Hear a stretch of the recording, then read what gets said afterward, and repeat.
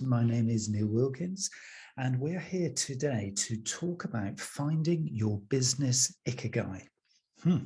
That's a fancy title for something which actually intrinsically is very, very simple and very, very straightforward. But within the simplicity and within the level of straightforward is a huge amount of complexity. Now that sounds like a little bit of a dichotomy, and actually it is. And this is why this stuff is not necessarily the easiest type of strategy creation that you're going to find when you look at your own business or organization. So what we're going to do today is we're going to go through some of the building blocks that you can consider if you are looking to create the essence of a business Ikigai, which is the higher level of purpose, so that as a group of people, as a team, as an organization, you can be living literally every moment when you're actually within work, within what we might term your Ikigai. And I'll explain what that is as we go forward into this session. Now, this for me is a very, very interesting one, because on the vast majority of times that we talk about Ikigai, it is very much from a personal perspective. So what is Ikigai? Well, it's an ancient Japanese awareness concept designed to help you to identify a reason for being. Okay, so this is your fundamental reason for being on this planet. And once you can kind of establish what that may be, and it is often a maybe because this can evolve throughout your lifetime, it kind of gives you a true purpose, something that you can live in every moment if you choose to. So something that gives you this kind of higher meaning, if you like, and this higher kind of value that you can bring to the world. Now, this is Ikigai from the pure Japanese perspective for an individual. Okay, and this is kind of where it began. But what I've been exploring and playing with over recent years is the idea of considering your business or your organization as an entity. So actually thinking of that as, and for lots of organizations, they are a legal entity. They're a limited or public company.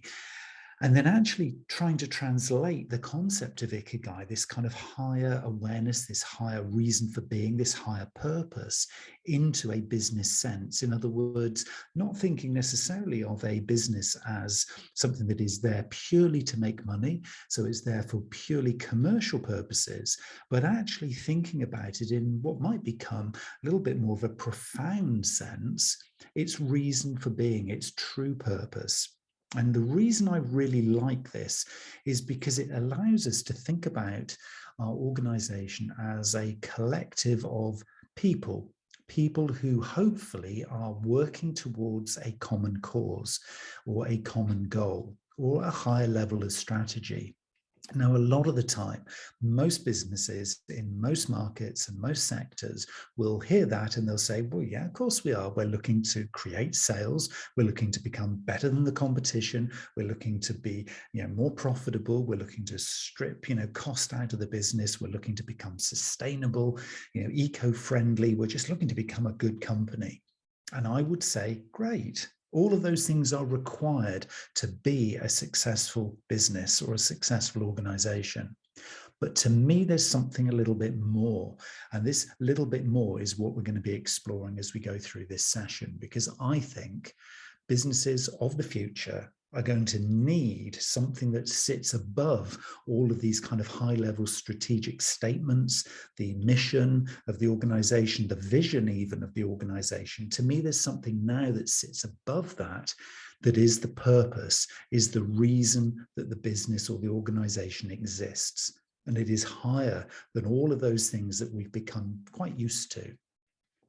So let's kind of try and get our heads around actually what we mean by Ikigai from a personal perspective first, because then what we can do is start to maybe translate that into a business context. Okay, so from a personal perspective, Ikigai can be there if you kind of have found that you sort of struggle to kind of live every day doing what you love. Okay, a lot of us, have careers or spend time doing things that we feel we're drawn to or we feel we should be doing, rather than actually doing things that we really love. Okay, and wouldn't it be great if we can be doing those things to bring some kind of sort of financial security into our world as well? So kind of balancing what we love with actually, something that rewards us. So this is kind of part of Ikigai. It's actually getting great value on both sides. And maybe, people who look at Ikigai from a personal perspective have kind of reached some kind of crossroads, or they're not quite sure what job or what course might suit them best. And again, you can start to think, well, okay, so maybe there's a business issue here. A lot of organizations right now, as we come out of the recent global crisis, are looking to pivot. They're looking to reinvent, or maybe find themselves in a different scenario or different situation with new challenges, maybe chaos in their marketplace, certainly some new opportunities. So they might have themselves reached some kind of crossroads. So there is a similarity there with people looking to use Ikigai from a personal perspective, because Ikigai, this kind of trying to find a sense of being for yourself personally, can also there be in a business sense. And particularly when businesses reach this tipping point of, things aren't really going so well right now, so we need to kind of reinvent ourselves. So there's a reason for being interested in Ikigai from a business sense, if your business has reached some kind of crossroads, or is it that kind of tipping point, or maybe it's just become quite stagnant in a particularly stagnant marketplace, or maybe it's found that new competition since the global crisis have come into your market sector and things have just become too tough. Now is an opportunity to use the concept of Ikigai to maybe start to consider, your reason for being as an organization. And we'll come on to some of the things you can do practically along these lines in just a moment. There's also, from a personal perspective, potentially a feeling of not feeling totally fulfilled.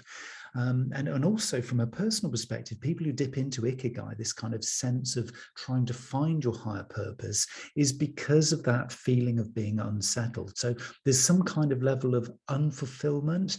There's a level of kind of almost drifting. There's a level of just kind of being on a treadmill. And often businesses find that too. So again, there's another good reason that, if you're just finding it's business as usual, then maybe you're not necessarily optimizing new opportunities that have presented themselves. Now, it could be because you're not looking, or it could be just because you haven't made the time to free up the resources and the energy to actually have a look outside the organization's four walls and see, maybe there is stuff going on out there that I could actually be, sort of hooking into, or that I could be optimizing. So Ikigai, from a business sense, could help us to do that. And sometimes, from a personal perspective, we just lose the point. Ikigai can help you from a personal perspective to kind of bring ourselves back to the fundamental point of our existence. And if we've always wondered kind of, what is the meaning of life? And, you hear this phrase, but also you can also challenge from a business perspective, well, what's the meaning of our business? Well, why are we here? Why are we doing this? We just seem to be struggling on. We just seem to be forging on, doing the same things and getting the same outcomes. And we know kind of what that's the definition of. So from a business perspective, there are a lot of analogies here. There's a lot of kind of similarities from a personal Ikigai. And so people will use Ikigai from a personal perspective to try and get clarity in their world, to try and get a fundamental sense of being and a fundamental sense of purpose. So that is exactly what we're here to talk about from a business perspective. It is clarity, it's very high level, it's very strategic, but you can use this if you're not responsible for the strategy of your organization. And of course, a lot of people listening to this may well be employed in larger organizations where you don't even have any kind of influence over that.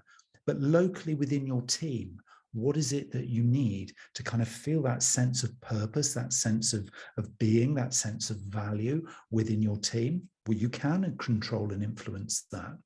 So that's what we'll focus on here. So what I'd encourage you to do is kind of translate what we're talking about into what is meaningful for you in your circle of influence. Okay, so if you're the business owner, you're the chief exec listening to this, then yes, you can control the whole thing. But if not, take it at a level that you can influence and control. Okay, because everything starts with you. Okay, this is not something you can just give away to somebody else. If you're listening to this and you buy into this concept and this idea and you're fascinated or curious, it begins with you. So start locally. So let's begin to think then about Ikigai for business. Okay, so why would you do this? Now we're going to see things in multiples of 4, okay, and I'll explain in a moment just why the 4 is a magic number within Ikigai. But the first of the 4 things is Ikigai in your business will help you to identify what's going to bring most satisfaction and enjoyment. Okay, business should not be a grind. There, I said it. You know, business should be enjoyable. Okay, if you're not enjoying business, if you're not enjoying the process of adding value to your customers' world and to all the stakeholders involved in your organization each and every day, you're missing the point. Okay, so this is something you should be enjoying. We're here to enjoy life. And that also isn't just in, a personal sense, it's in a business sense too. So Ikigai within a business will help you to identify what brings most satisfaction and enjoyment as a collective group of individuals and people. Number 2 is it will help you to establish what your business offers better than the competition.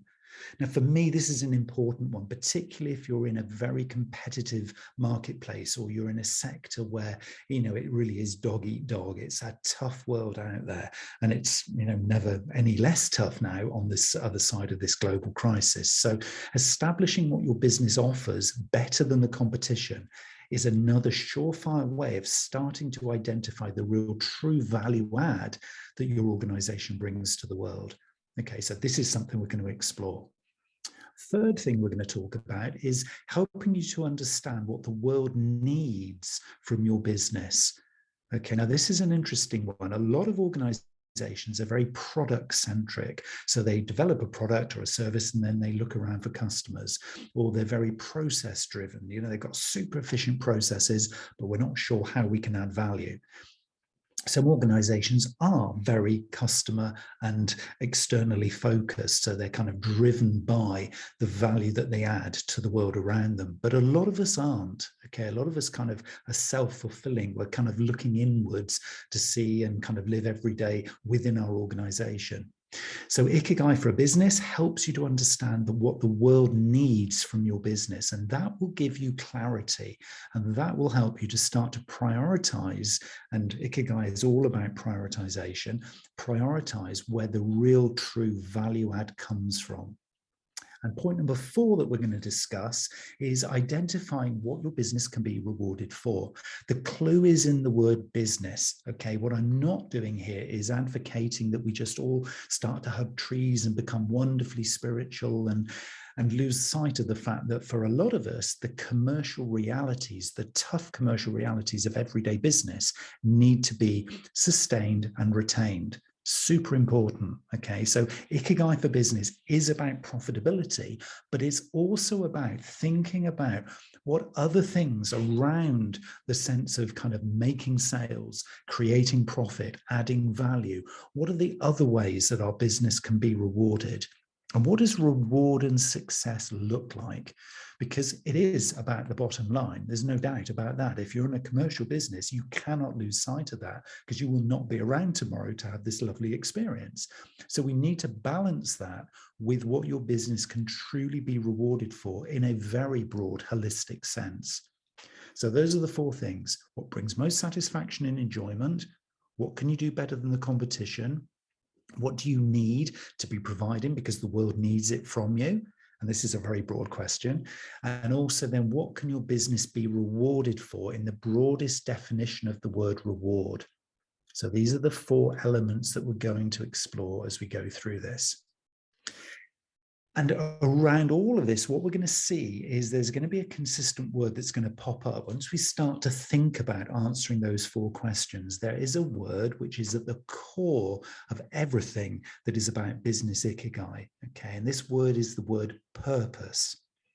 Okay, so I want you to just kind of, if you're making any notes about the things that we're talking about here, I'd like you to just note down the word purpose. Okay, so purpose is that kind of sweet spot, if you like, in the middle of all of those 4 things. Those 4, if we kind of put them into spheres, say, let's just imagine those 4 things in 4 circles. in the middle of those four spheres, those four circles, to define our business would be that sweet spot right at the heart.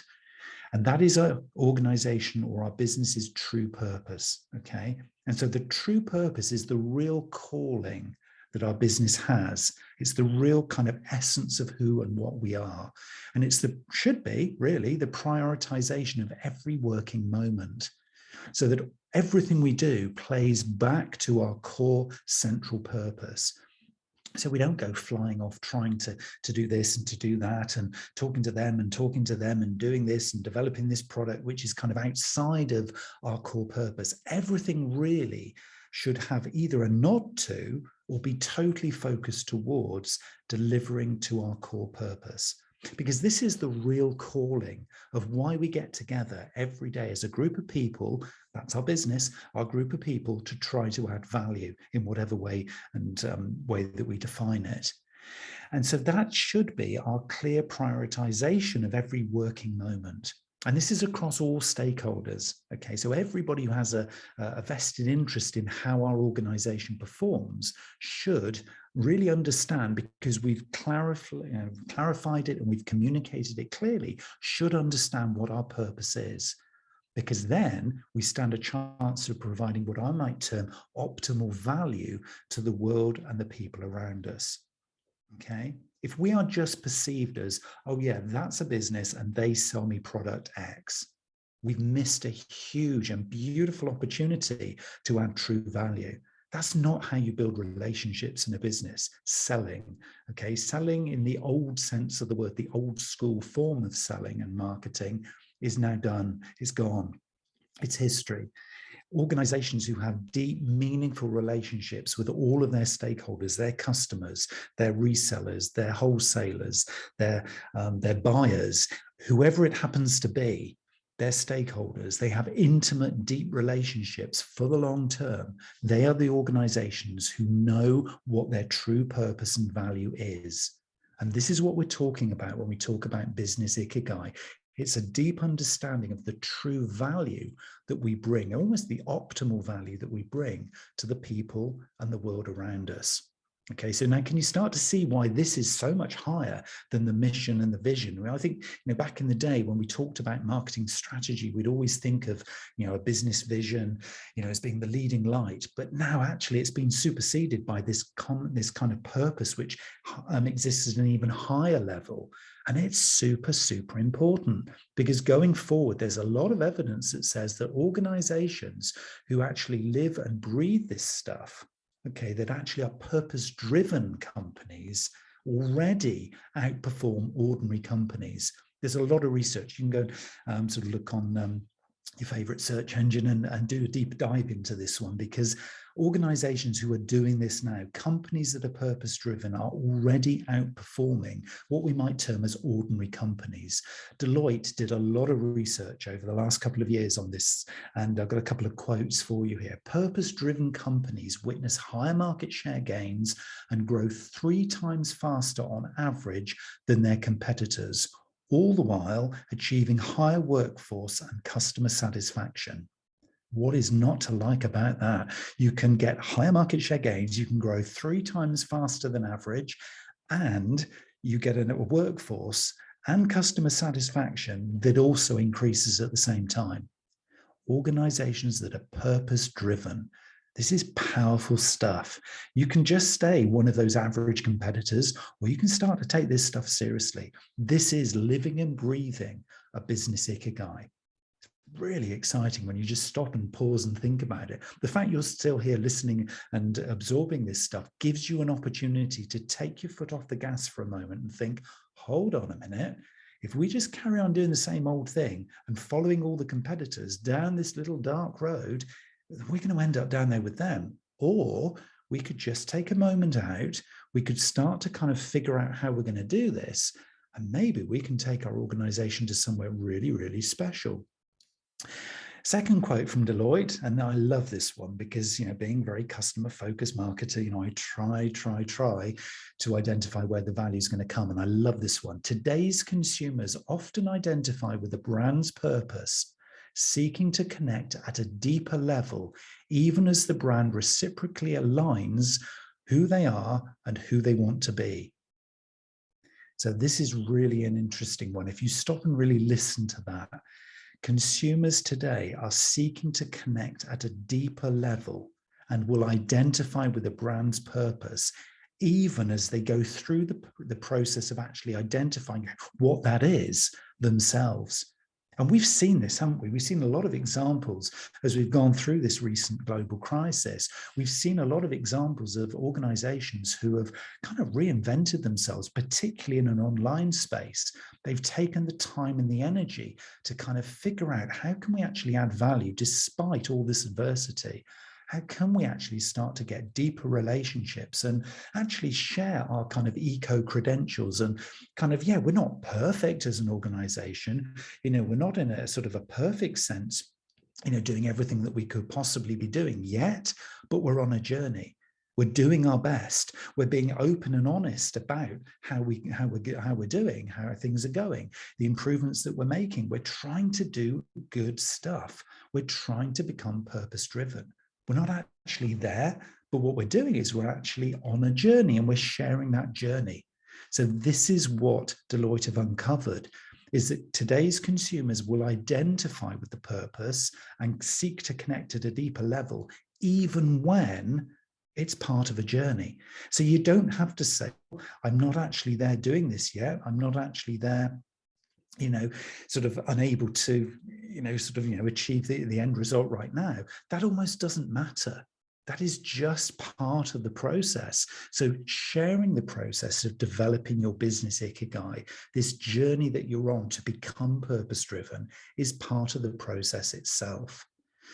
So it doesn't mean you have to wait until you're 100% perfect before you can do this stuff. You could, if you chose to, begin today. So where would you begin? Okay, let's start to get practical. I've spent 20 odd minutes here talking about some of the reasons why you might want to be interested in this, and then using the Deloitte couple of quotes there to say, look, this isn't just Neil saying it. This is actually real stuff. This is stuff that you can actually benefit from if you choose to take this into your strategic planning, or even just begin to think about it. But where do you begin? Okay, so I would say you begin with the new marketing mix, and I'll give you a little bit of a breakdown as to what those building blocks are. But we've seen a new breed of business emerge. Okay, so here we are in 2022, and a business that's emerging will balance the need to create profit with delivering sustainable well-being outcomes for all of its stakeholders. Well-being, there's the first thing that we need to be focusing on. Okay, so we're looking at well-being within the organization, so staff, employees, management, making sure the culture and the leadership is right. Yeah, all of those great things. But this is about actually looking outside of the organization and actually really genuinely caring about stakeholders, customers. How are our customers actually feeling? Let's take them seriously. Let's try and get, and if you've listened to any of my previous sessions, you'll know I use this phrase quite a lot, professional intimacy.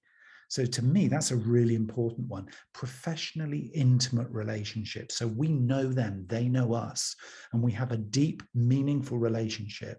This is what we're talking about in terms of developing well-being with stakeholders. Okay, this is at the core, developing this higher purpose, this new kind of business Ikigai.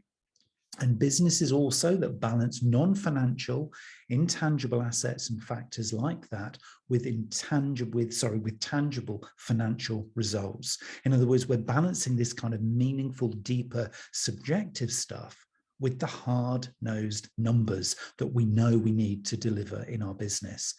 But it isn't business for business sake. We will be sourcing the right products from the right places and sharing that story.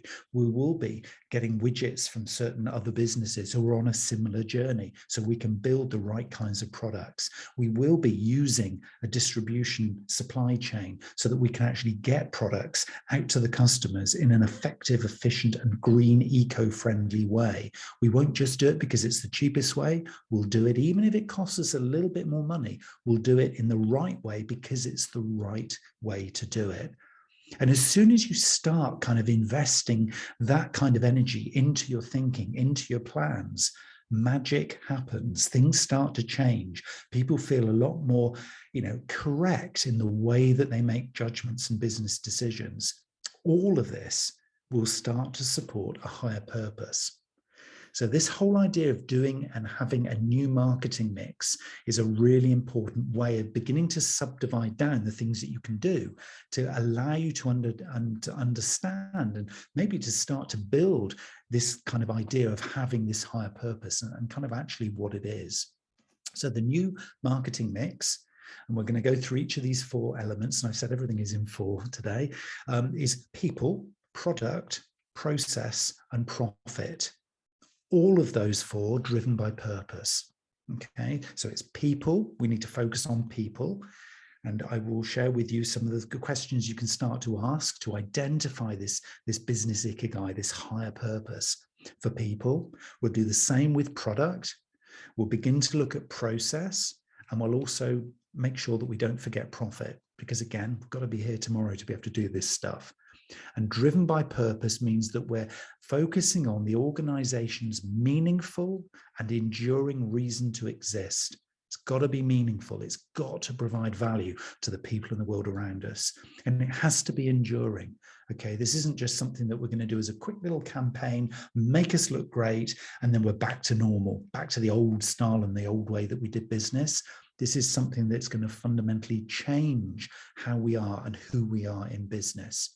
And ideally, this is also going to align with our long-term financial performance. And as we've seen from those Deloitte quotes, this can actually give us long-term financial growth, not just treading water. So this will help us then to provide a clear context for our daily decision making. So everything we then decide to do can be put through this as a filter.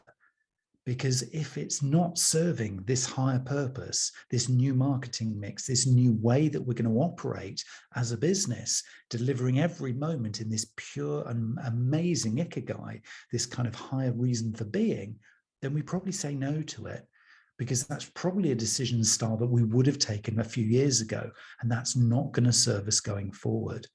So this is going to change everything. Once you begin to kind of open this opportunity, you can't shut the door on it, because once it's open, it's going to be eating away at you. It's going to be pecking away at you, because you know this is the right way of doing it.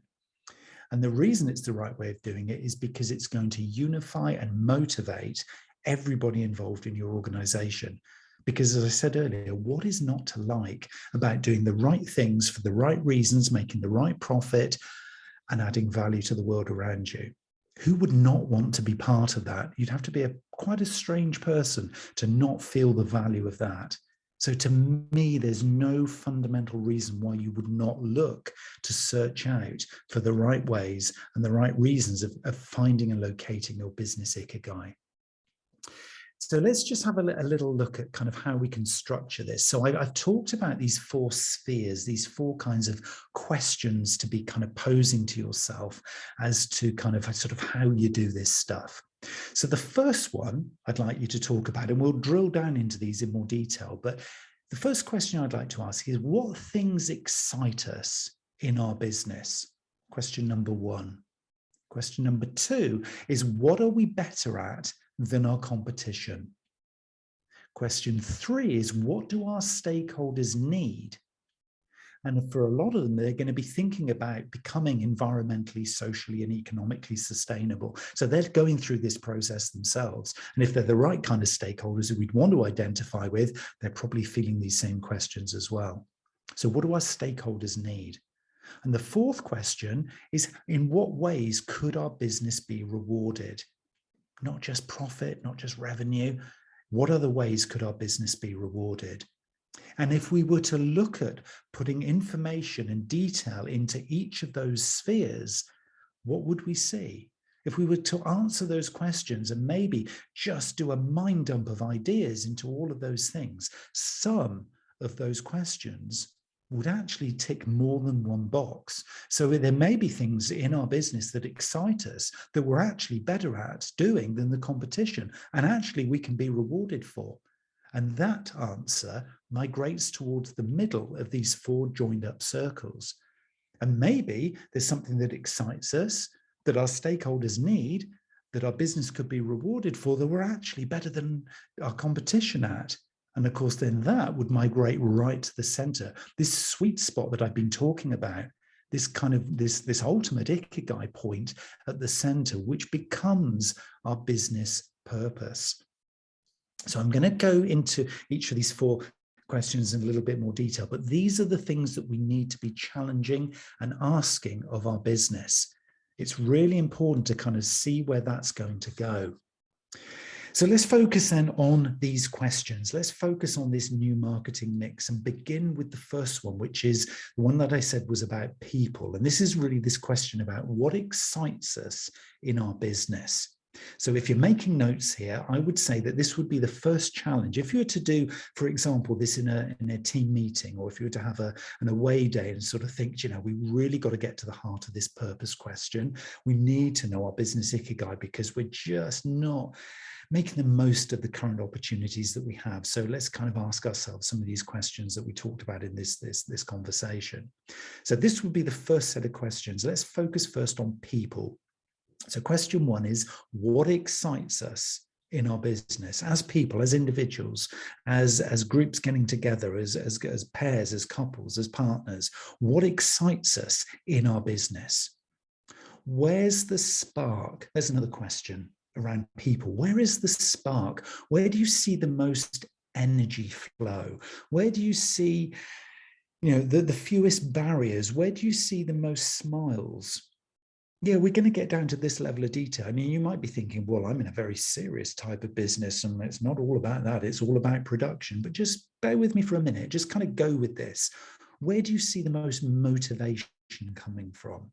This is how we get to the heart of our business Ikigai. You know, where is the spark? Where do you see people kind of just become alive? Where do you see the most engaged and, animated conversations happen? Where's our collective passion? There's another great question to ask if you're focusing on the people element of your business Ikigai to try and find this kind of true purpose. What excites us? Where's the spark? What's our collective passion? You know, where is the energy flowing the best? Where is this kind of excitement within our organization? Key questions really to be asking, because we want to be enjoying this stuff. This is what's super important about this is meant to be enjoyable. Life is meant to be enjoyable. And if we're not feeling it, it's probably because we've got distracted away from what excites us as a group of people or as a team. Where is the spark? Where's our collective passion?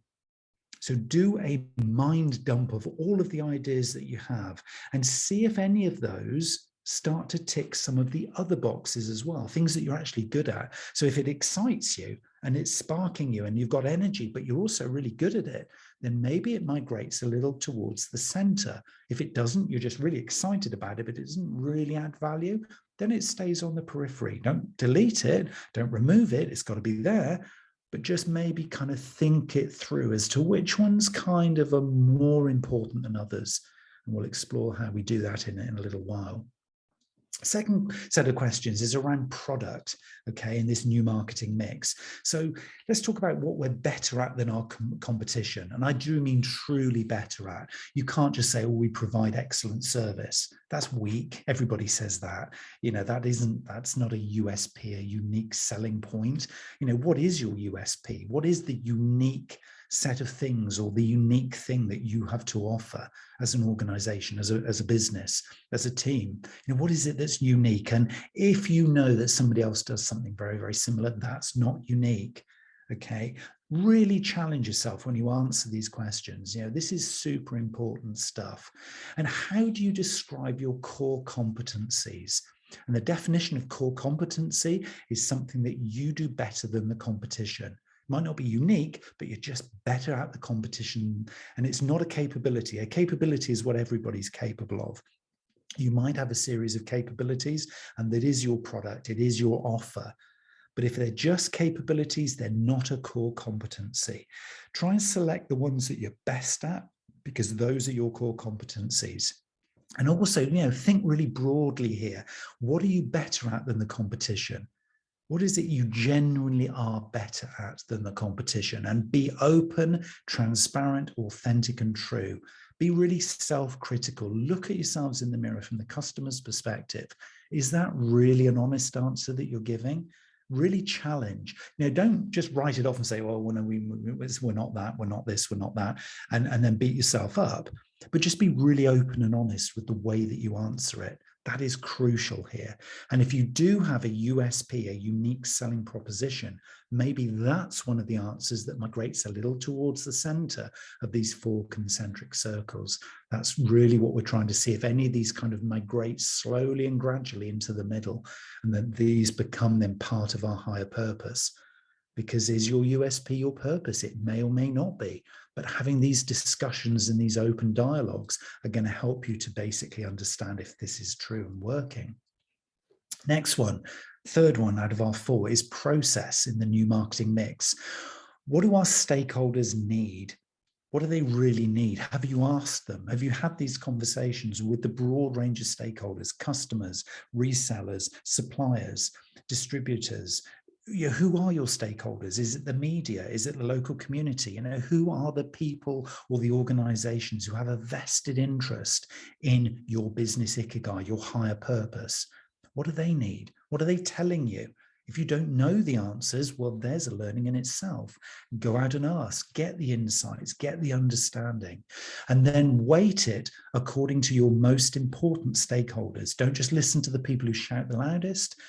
Figure out who are the most important, who are the ones that we need this deep, meaningful relationship with on an ongoing basis.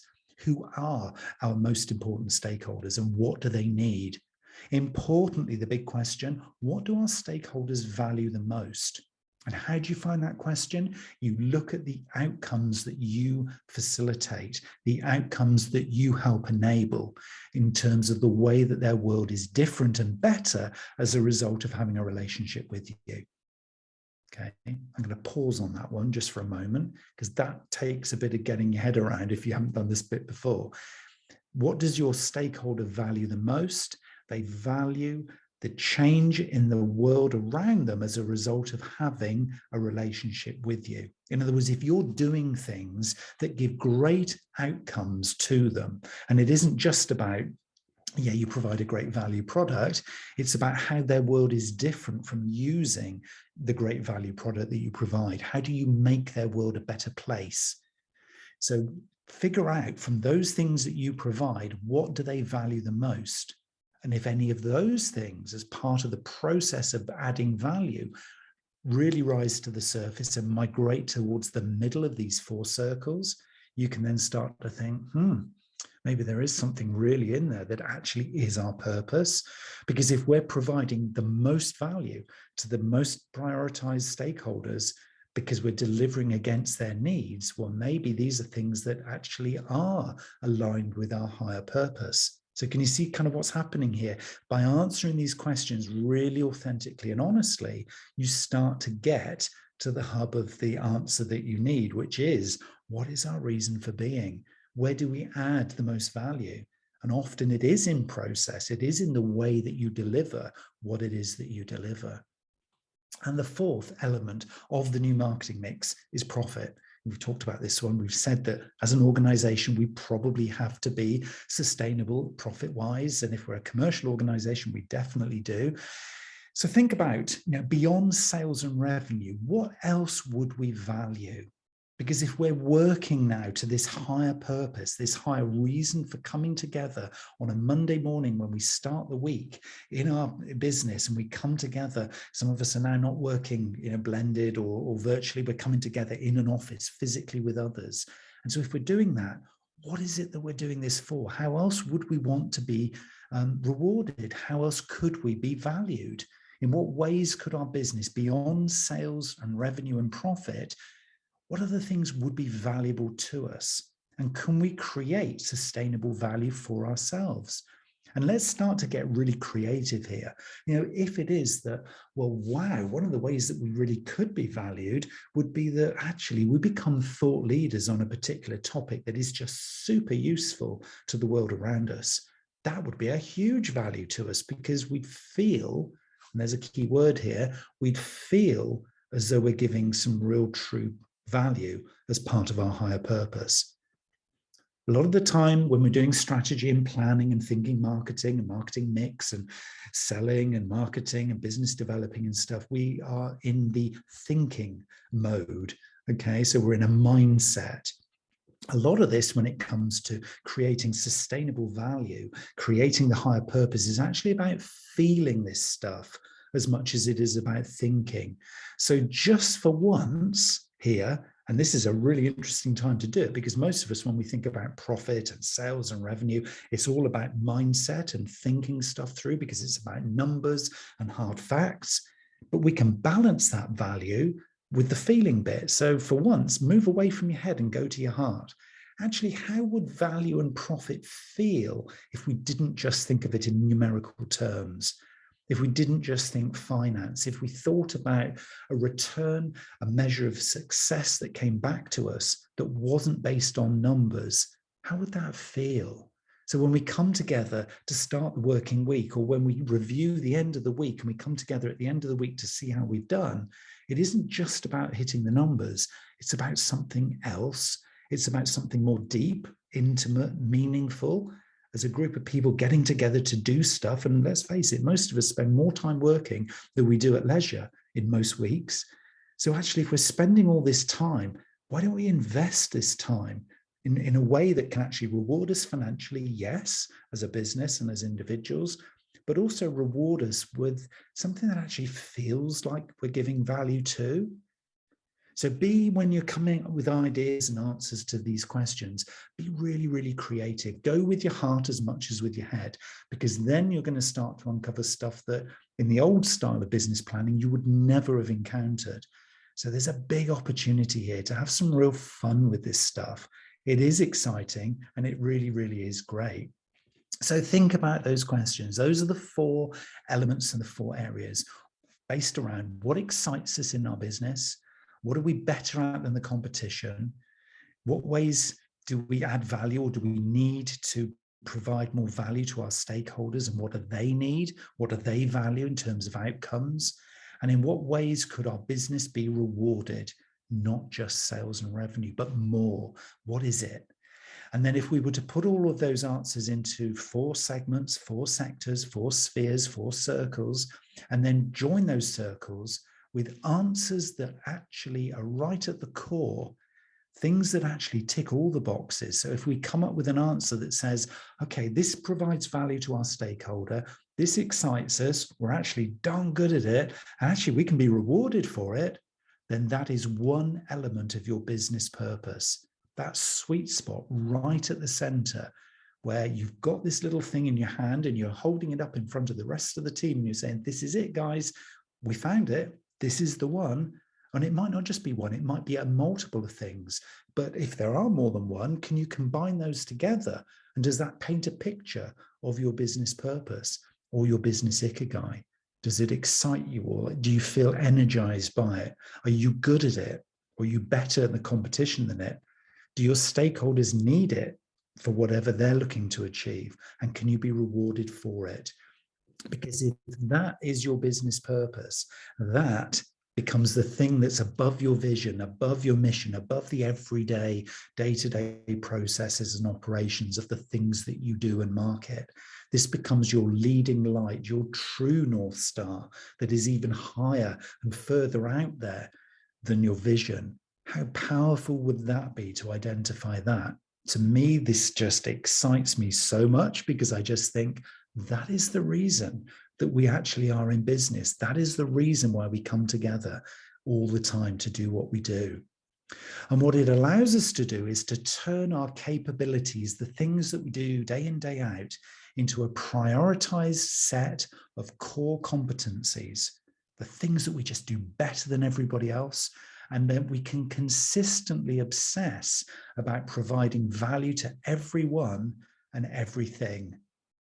This business Ikigai, this reason for being, this higher level of interaction with the world around us is going to be so much more potent, so much more powerful, and so much more driven by the true kind of nature of what we could and should be as individuals and as groups of people than anything we've ever had before. This kind of stuff has never really existed before, but we're in this unique moment in time now. And as Deloitte said, and all of their research and all the examples that they've given going forward, and Mark Carney said this, Governor of the Bank of England, as was 3 years ago, said this, that organizations who embrace this stuff will be the organizations of the future. I'm paraphrasing here, but he also said other organizations who worked the old model will not be here any longer. So this is almost like a carrot and a stick. There's a huge carrot dangling in front of you, tempting you forward along this trail. But there's also a big stick that's coming up behind you saying, if you don't do anything like this, you might not be here to see the future anyway. So I would say that now, if you're here listening to this and watching this, I would say now is the time to strike. Now is the time to take that moment and do what I think probably you're already agreeing with me, I'm sure, is the right thing, which is take the moment now, figure out your business Ikigai. What is it you love? What is it you're great at as a group of people? What do your stakeholders need and you can provide value from and that you can be rewarded by? And figure out the answers that come together to answer all 4 of those questions. And if you can find just the nub of those things at the center, that is your sweet spot. That is your business Ikigai.